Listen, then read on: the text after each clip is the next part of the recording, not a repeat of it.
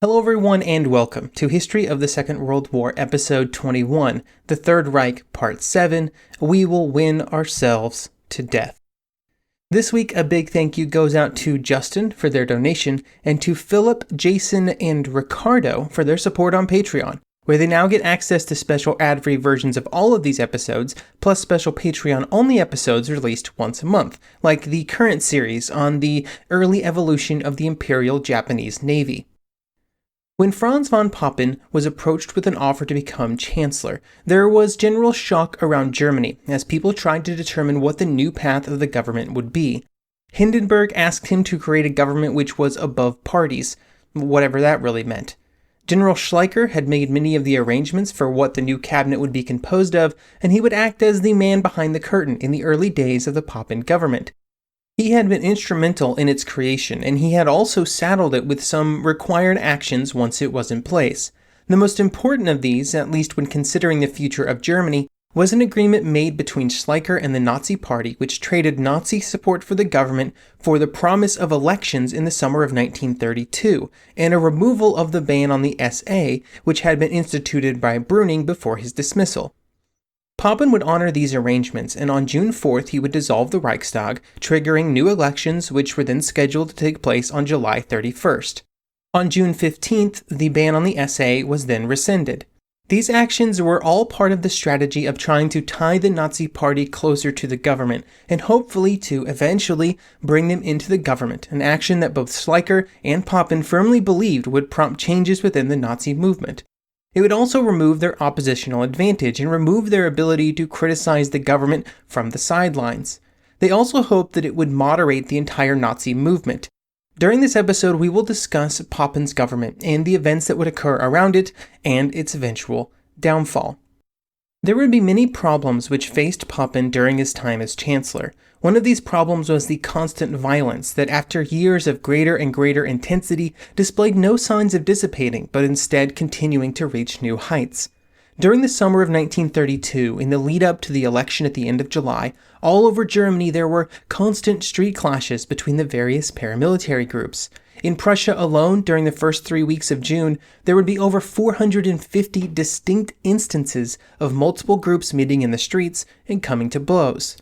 Calls for the government to find some way of restoring order continued to grow louder and louder, and it came from almost all corners except, of course, the Nazis and the Communists, whose supporters in the streets were some of the primary drivers of that violence. Eventually, Papen would be forced to ban all political rallies and political demonstrations for the last 2 weeks of July, out of simple fear that it would continue to escalate. This seems like a reasonable response, but really only served to prevent the more moderate parties from holding party rallies. There was a much smaller effect on the violence from those groups who were already predisposed to not follow government instructions. Papen would also decide to depose the Government of Prussia. During the summer of 1932, Prussia was led by a cabinet of Social Democrats, which would not have a majority support within the Prussian Landtag due to the massive increase in support for the Nazi Party in 1932's earlier elections.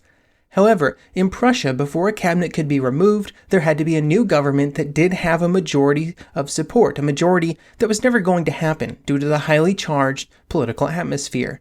With mounting frustrations with the actions of the Social Democrats, which were only in control by default, and the continuing violence in Prussia, Papen decided to remove the cabinet.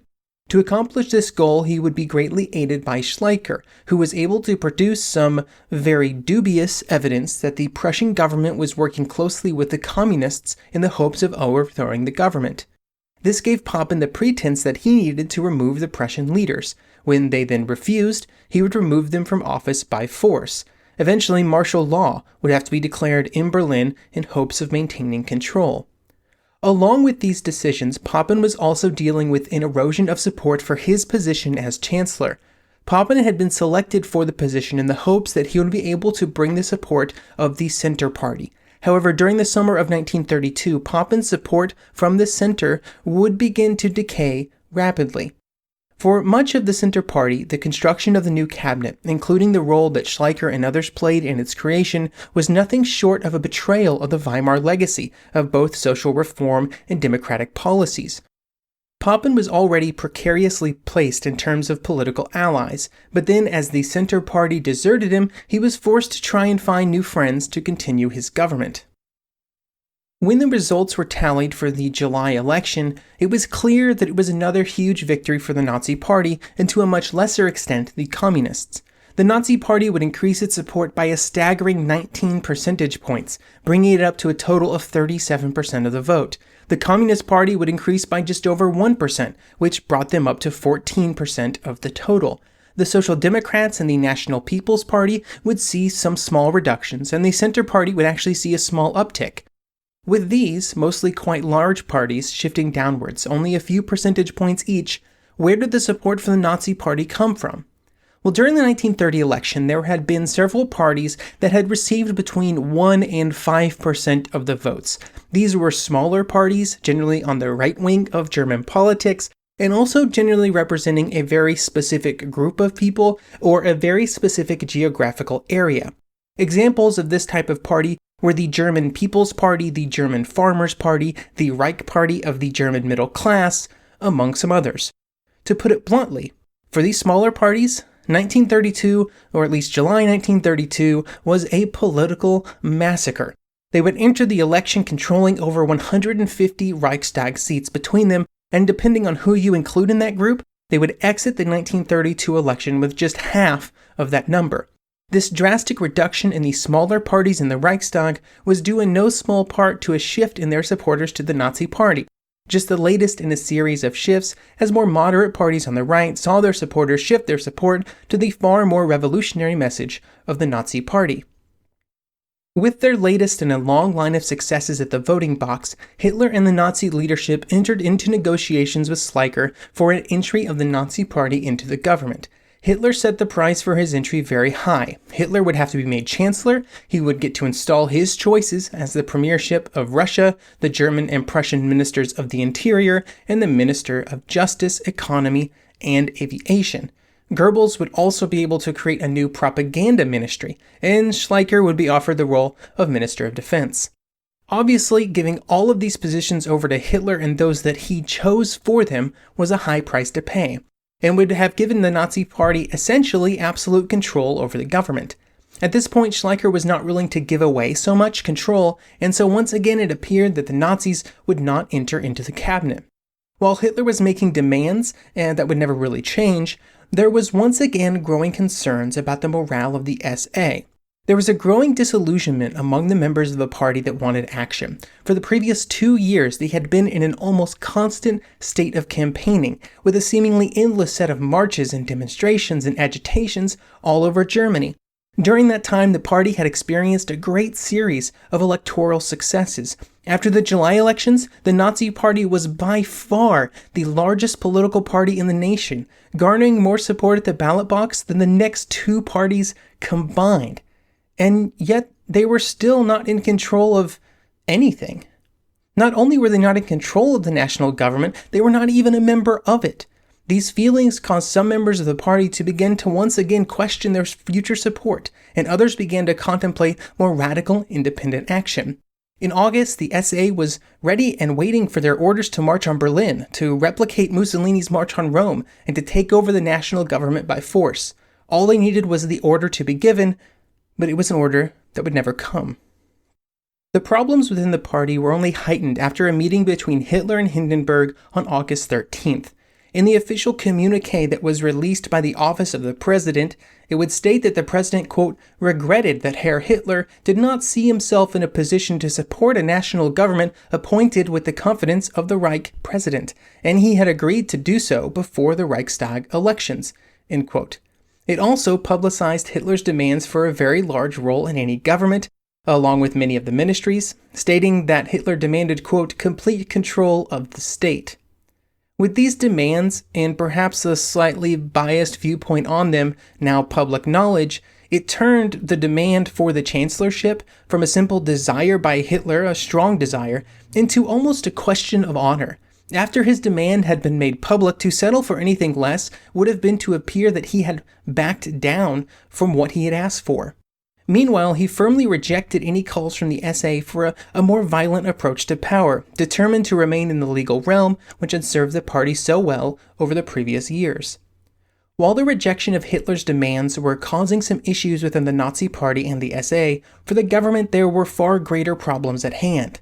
With all approaches to Hitler having been rebuffed or put at such a price that they were not acceptable to Schleicher and Papen and Hindenburg, the two had to find some other path forward. The only other option was to continue forward with the system already in place, a cabinet that was stuck with minority support but which could continue to rule based on presidential decree. However, it was clear that this was not a long-term possibility, given the resistance of many groups within the Reichstag, like the Nazis and the Communists, and so a new plan was created.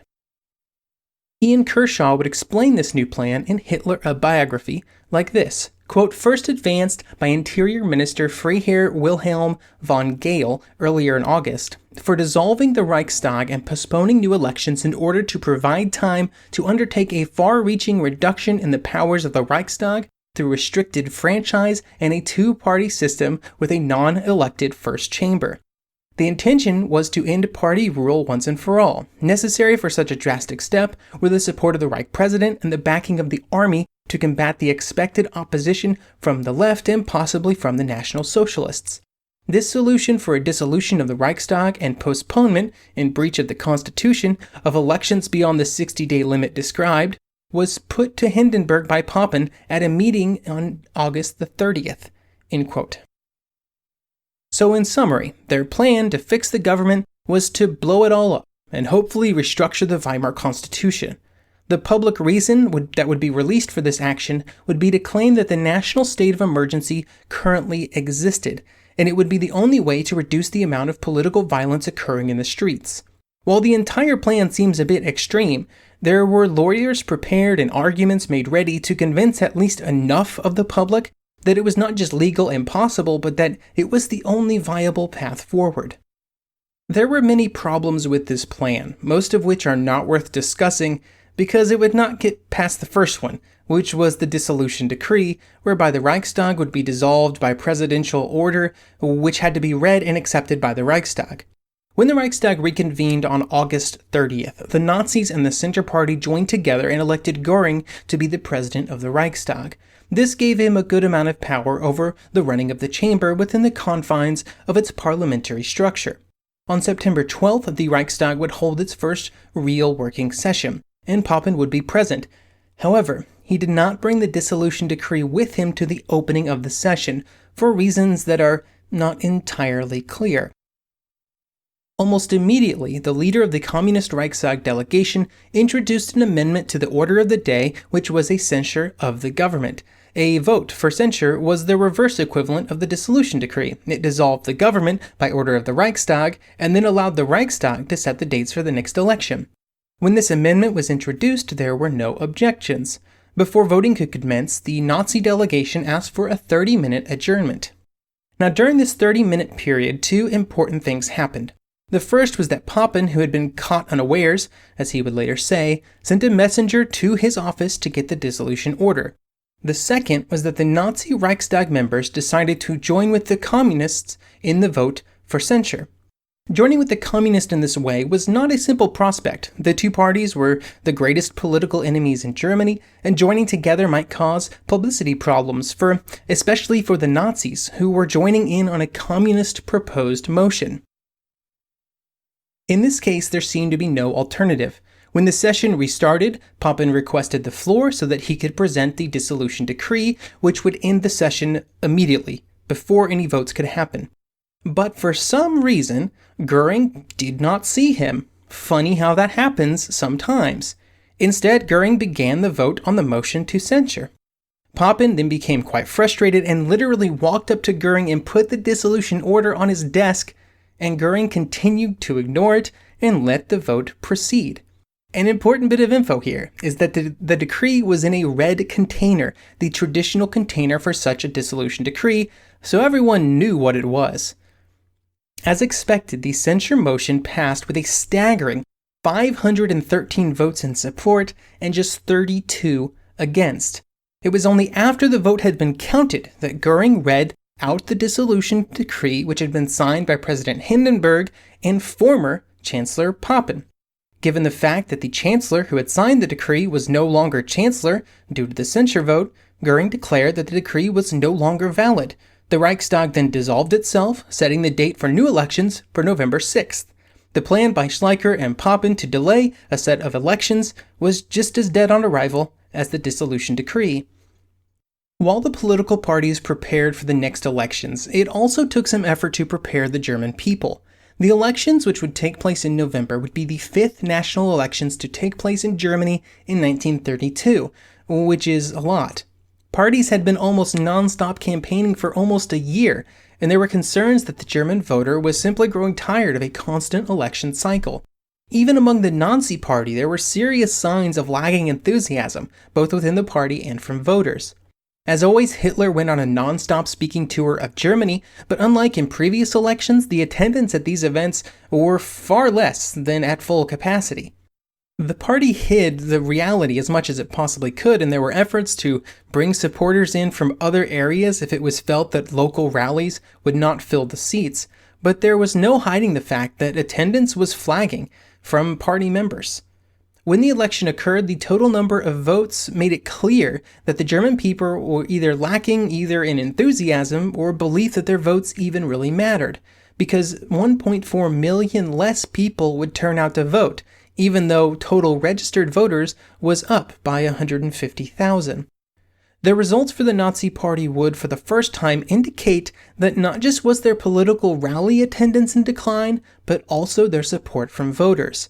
They would lose a total of 2 million votes and 34 seats in the Reichstag. Once again, the Social Democrats would also lose seats, 12 this time, although the Communists would once again increase their support, this time by 11. This shift in support on the left meant that what had started as a 2-to-1 advantage for the Social Democrats in 1930 at 143 to 77 seats was now down to just 121 to 100, a clear sign that the revolutionary left was rapidly overtaking the more moderate Social Democrats. The big winners in the election, though, would be the more traditional conservative parties, and the National People's Party and the People's Party would both see their seat allocation increase, a sign of a recovery of these parties after the complete disasters that had been experienced in 1930 and early 1932. The Nazi Party was still the largest in the Reichstag, with 33%, which was 14% more than the Social Democrats. But there were concerns for the first time that maybe the party had reached its peak.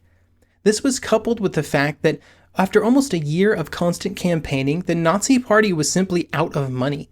While it was generally expected that the national organization, with its ability to interface with and utilize large donors, would help support local and regional groups, by the summer of 1932, that flow of funds had instead reversed, and money was flowing out of local and regional party groups to the national headquarters in Munich to keep it going.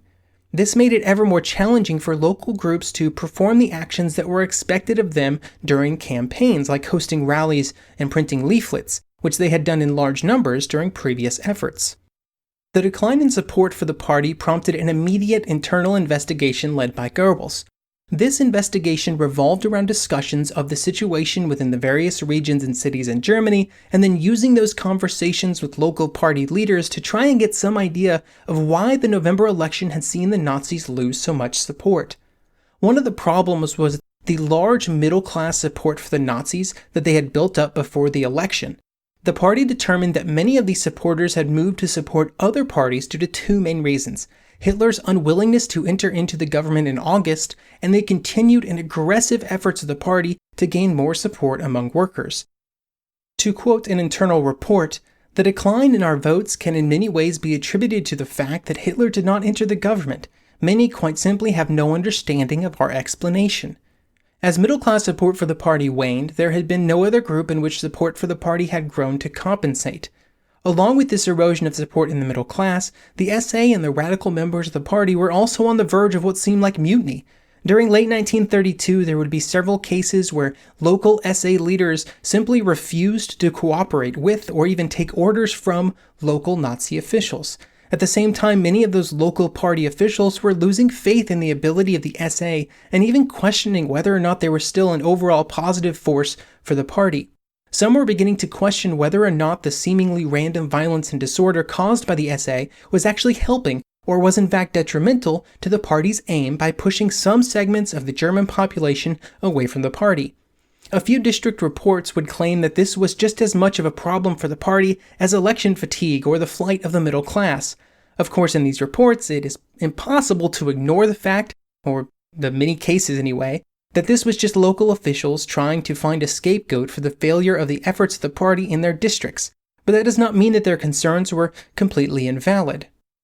When all of this information was collated at the national level, there were several conclusions. Maybe the most important was that there was a growing concern among the party leaders that they were losing the protest vote, which had been so important to the party in previous elections. The Nazi Party and the National Socialist movement as a political force had always been a protest movement. They were protesting against the government, against those that the government worked with, and the decisions that had been made over the previous decade.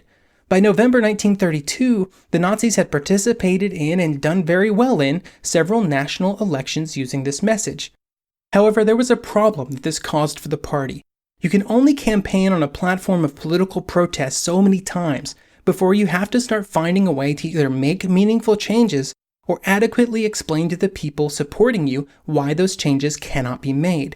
This was especially true for the Nazi leaders, who after the first 1932 election were the largest political party in Germany, and yet somehow, with so much support, they had not been involved in any actual governing.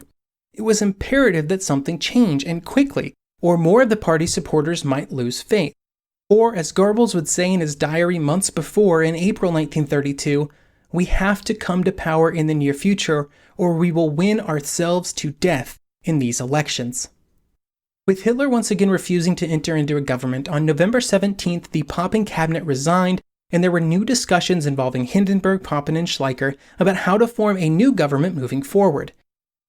Hitler would meet with Hindenburg once again. He was offered the position of chancellor, but only if he could create a workable majority in the Reichstag, which was basically impossible. He could also enter a coalition and form a minority government, but in that scenario, he would be offered the position of vice-chancellor. It was very likely that in such an arrangement, Papen would retain his position as chancellor. Hitler would refuse the second option, again going with the all-or-nothing chancellor strategy.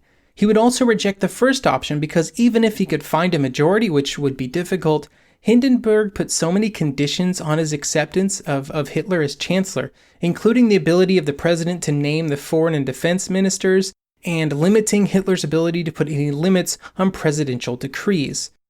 With Hitler's refusal of these options, the German government was in much the same position that it had been in during late May, trying to form a new government that would rule by presidential decree with very little real support in the Reichstag. They would try one more time to make this work when General Schleicher would be named chancellor in December 1932, an event which we will discuss next week and also discuss why it went so poorly for him.